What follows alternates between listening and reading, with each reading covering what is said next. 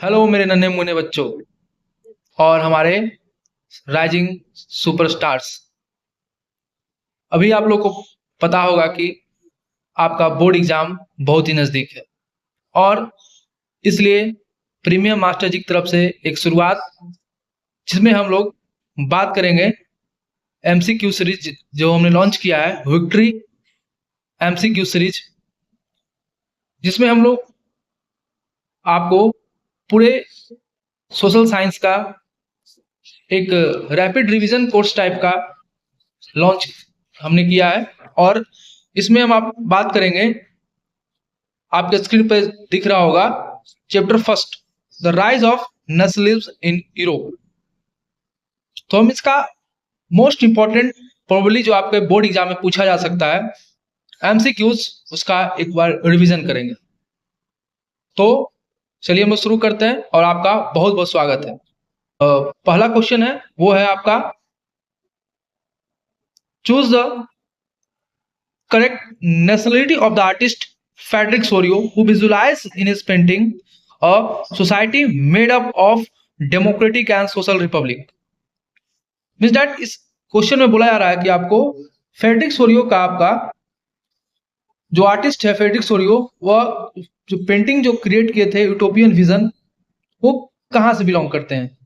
German है वो, Swiss है, फ्रेंच है या अमेरिकन है? आप लोग को पता होगा ये जो बिलोंग करते हैं वो फ्रांस से बिलोंग करते हैं, यानी कि वो फ्रेंच हैं। चलिए हमारा नेक्स्ट क्वेश्चन है, who was called the architect of Germany unification. आपको पता होगा कि जर्मनी यूनिफिकेशन में सबसे बड़ा हाथ किनका होता है? नेपोलियन का होता है कि ऑटोमन बिस्मार्क का होता है कि मजनी का होता है, गरिबाल्डी का होता है?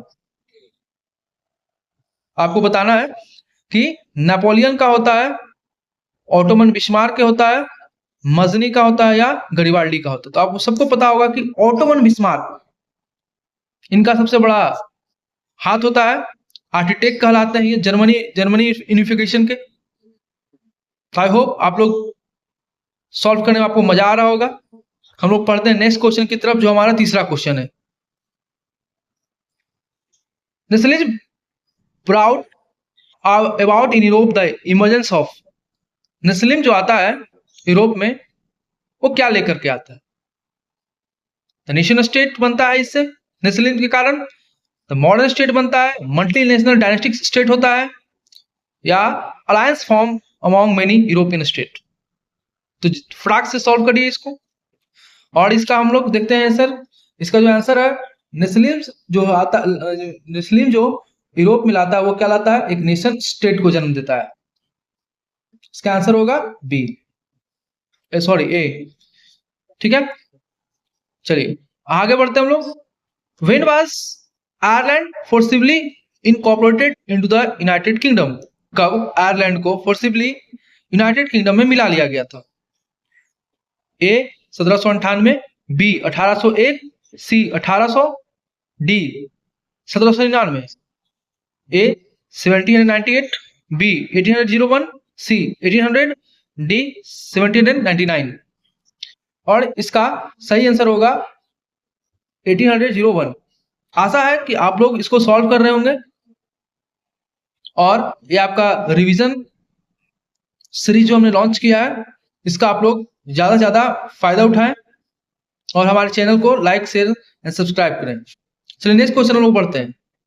हमारा नेक्स्ट क्वेश्चन है आपका, the idea of a united community enjoying equal right under a constitution was expressed by French as ला पैट्री, बी लेस्टोइन, C both A and B, D none of the above.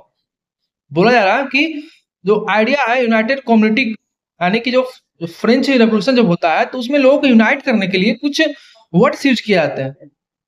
उन्हीं वर्ड्स के बारे में पूछ रहा है। तो इसका आंसर होगा बोथ ए एंड बी, ला पैट्री एंड ला सितोइन। ला पैट्री यानी कि फादरलैंड और ला सितोइन यानी कि सिटीजन्स, ये वर्ड यूज किया जाता है।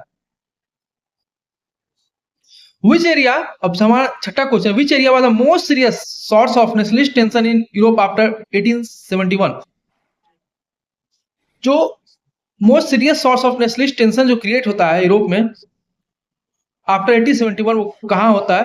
A southern Europe, B mid Europe, C Balkan state, D eastern state.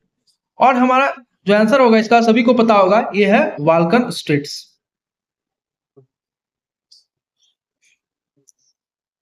चलिए बच्चों हम लोग आगे बढ़ते हैं 7वें क्वेश्चन की तरफ। और हमारा सातवां क्वेश्चन है, who was proclaimed king of United Italy in 1861?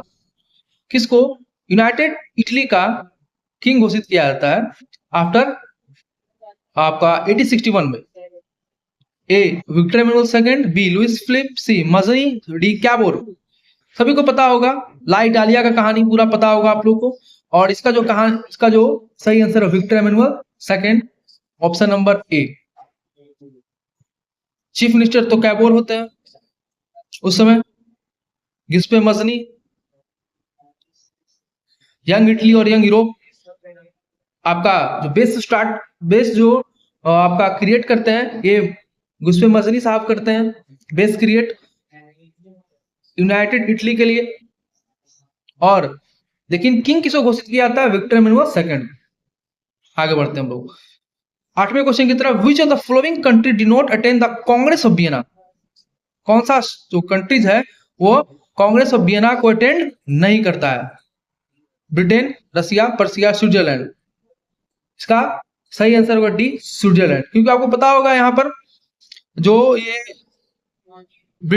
Congress of Vienna जो होस्ट करता है वो ड्यूक मेटरनिक होता है ना? तो इसका सही आंसर होगा D Switzerland. Who is the following artist painted the image of Germania? Germania का जो पिक्चर है उसको कौन पेंट करता है, यानी कि कौन क्रिएट करता है? A Philip Veit, B Frederic Sorrieu, C Ernest Renan, D Richard M Hoe. तो आपको पता होगा फिलिप वेट। फिलिप वेट जो है वो जर्मनिया के पेंटिंग को क्या करता है? क्रिएट करता है। 10वां जो हमारा 10th क्वेश्चन है वो है, which of the following treaty gave Greece a recognition of an independent nation? कौन सा ट्रीटी ग्रीस को एक इंडिपेंडेंट नेशन का दर्जा देता है? Treaty of Vienna, treaty of Versailles, treaty of Lausanne और डी ट्रीटी ऑफ कॉन्स्टेंटिनोपल। तो इसका सही आंसर होगा ट्रीटी ऑफ कॉन्स्टेंटिनोपल जो 1832 में हुआ था दोस्तों, है ना बच्चों? तो ये जो ट्रीटी ऑफ कॉन्स्टेंटिनोपल होता है इसी में आपको ग्रीस को क्या मिलता है?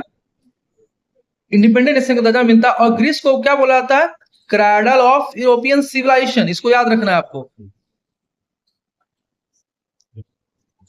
चलिए बढ़ते हम लोग 11वां क्वेश्चन की तरफ। The civil code of 1804 also known as the Napoleon code established. आपका civil code 1804 most important question, most repeated question ये सब है कि आपका और नेपोलियन कोड क्या एस्टेब्लिश करता है?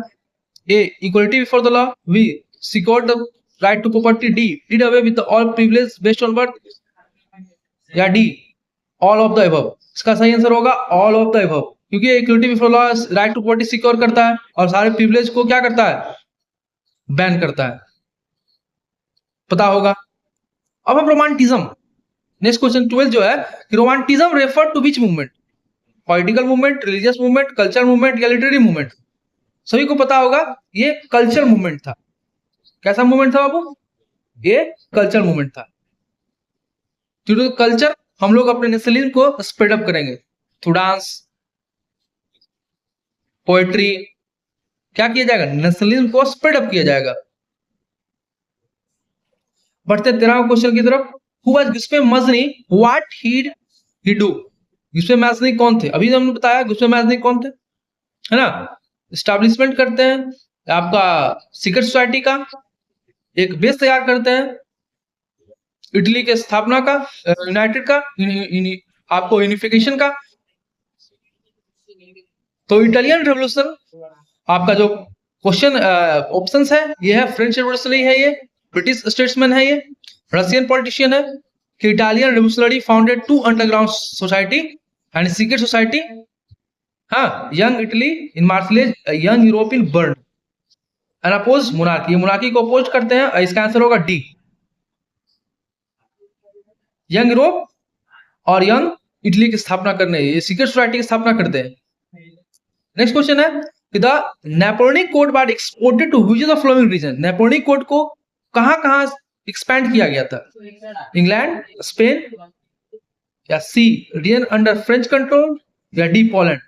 तो आप लोग सभी को पता होगा कि ये रीजन अंडर फ्रेंच कंट्रोल में इसको क्या किया गया था? एक्सपोर्ट किया गया था दोस्तों। तो मेरे नन्हे मुन्ने बच्चों, आप लोग एंजॉय कर रहे होंगे हमारी इस वीडियो का, तो आप लोग चैनल को लाइक शेयर सब्सक्राइब करना ना भूले, क्योंकि आपका एक लाइक हमें बहुत सारा मोटिवेशन देता है। चलिए आगे बढ़ते हैं हम लोग 15वें क्वेश्चन की तरफ। Name one kind of revolt that started in Europe in 1848। एक टाइप का रिवॉल्ट बताइए जो 1848 में स्टार्ट किया गया था, है ना। तो ये जो रिवॉल्ट था, लिंग्विस्टिक रिवॉल्ट इन जर्मनी था, या B option number B artisan industrial worker and peasant revolt against economic hardship, C revolt against monarchy in Switzerland, या D revolt for freedom in Greece. इसका आंसर होगा बी आर्टिसियन इंडस्ट्री बीवर लोग का जो revolt था। Question number आपका 15 का B artisan industrial worker जो अपने हायर वेजेस के लिए डिमांड करते हैं, और यहां पर क्लासेस होता है। Italian princely house rule which is the flowing state before the unification of Italy. Italian princely house का नाम बताना है जो कि आपका क्या कर रहा था? यूनिफिकेशन ऑफ इटली जब होता है उससे पहले ये रूल कर रहे होते हैं। कौन सा जगह है ये लंबॉर्डी है, बेंतिया है, किंगडम ऑफ टू सिसिलीज है, या सर्डिनिया पिडमोंट है? Question option number A Sardinia Piedmont, B Lombardy, C Venetia, D kingdom of two Sicilies. तो ये होगा इसका 16 का ए सर्डिनिया पिडमोंट। इसके राजा जो किंग होता है कौन? आपका Victor Emmanuel second. Chief minister Cavour. चलिए, in the 19th century the French artists symbolized the French nation। 17th question अपना है, in the 19th century the French artists symbolized the French nation as Marine, a popular Christian name for woman, Marine, a female figure with red cap, the tricolor and the cockade, as a female name Marine with characteristic of liberty, a red cap, a broken chair and the republic, the red cap, tricolor and the cockade। broken chair तो होगा नहीं, या D all of the above. इसका सही option है B आपका Marianne, a female figure with red cap, the tricolour and the cockade. आपने Marianne का नाम सुना, क्रिश्चियन नेम ही है, जिसका हम लोग दिखाया गया है पूरा आपके बुक में। वहां मराइन की जो फोटो को हर एक चौक चौराहे पर लगाया गया था। चलिए, इन द आपका जो नेक्स्ट क्वेश्चन है, in revolutionary France the right to vote and to get elected was granted exclusively to A property owning man, B all men and women, C men and women, D upper class। किसको मिला था? तो आपको पता होगा कि revolutionary France में right to vote का सिर्फ अधिकार उसको था जिसके पास प्रॉपर्टी होता है। इन्हीं को क्या बोला जाता है? एक्टिव सिटीजन बोला जाता है ना। तो इसका सही आंसर क्या होगा? ए। चलिए, 19th क्वेश्चन अपना है, what help in the formation of a nation state in Britain. क्या नेशन स्टेट बनने में मदद करता है ब्रिटेन?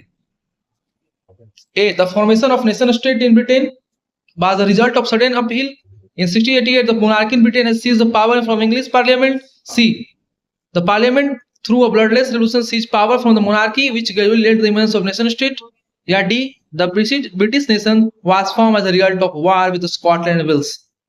इसका सही आंसर होगा आपका सी द पार्लियामेंट क्या करता है? ब्लडलेस रेवोल्यूशन पावर सीज कर लेता है मोनार्की से, और यहाँ पर एक नेशन स्टेट का इमरजेंस होता है। हमारा 20वां क्वेश्चन है कि व्हाट इज सफरेज। सफरेज क्या है? Question option number A right to property, right to justice, right to vote, right to complain. तो इसका सही आंसर होगा राइट टू वोट। ये है आपका सफरेज का मतलब, वोट देने का अधिकार। यूनिवर्सल सफरेज होता है, वही यहाँ पर सफरेज का वर्ड यूज किया गया है। 21 क्वेश्चन नंबर अपना है कि German philosopher Johann Gottfried Herder claim that true German culture was discovered through folk song, folk poetry, folk dances, B common people, दास बॉल, C vernacular language, D all of the above.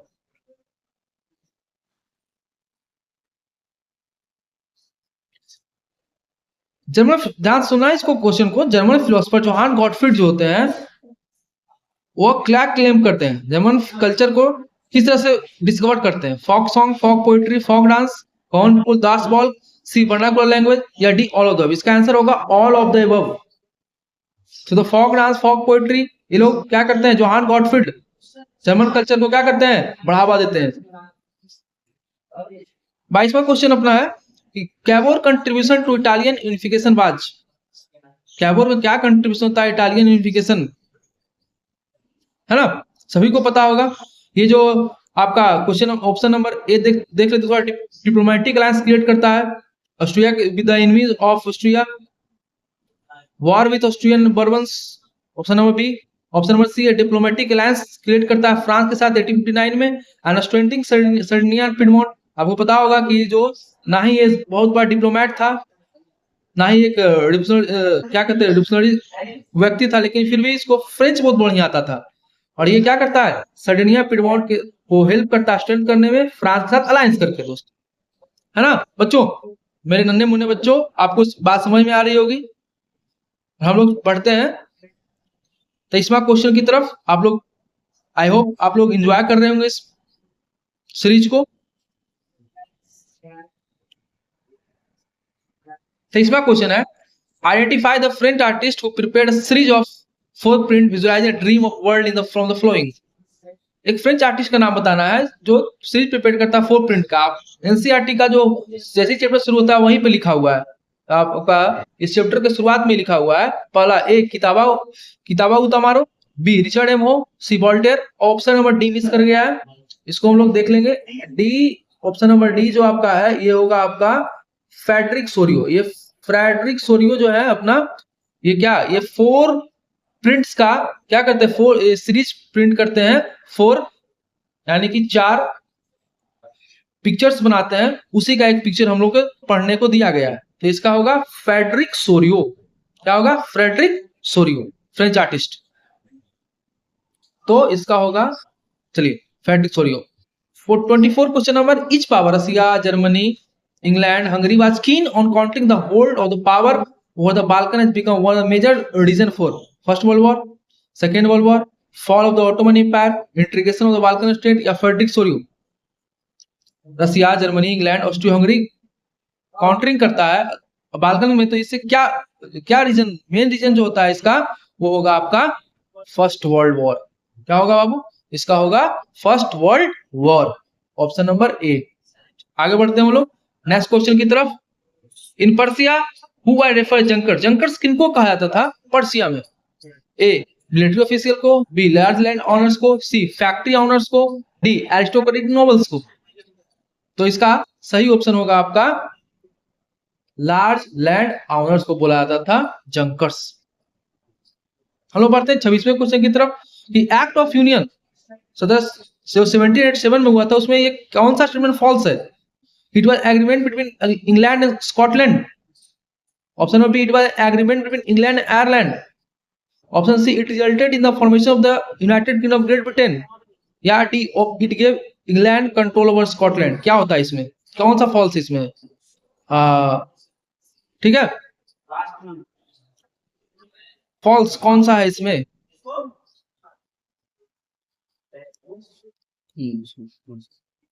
It was an agreement between England and Ireland.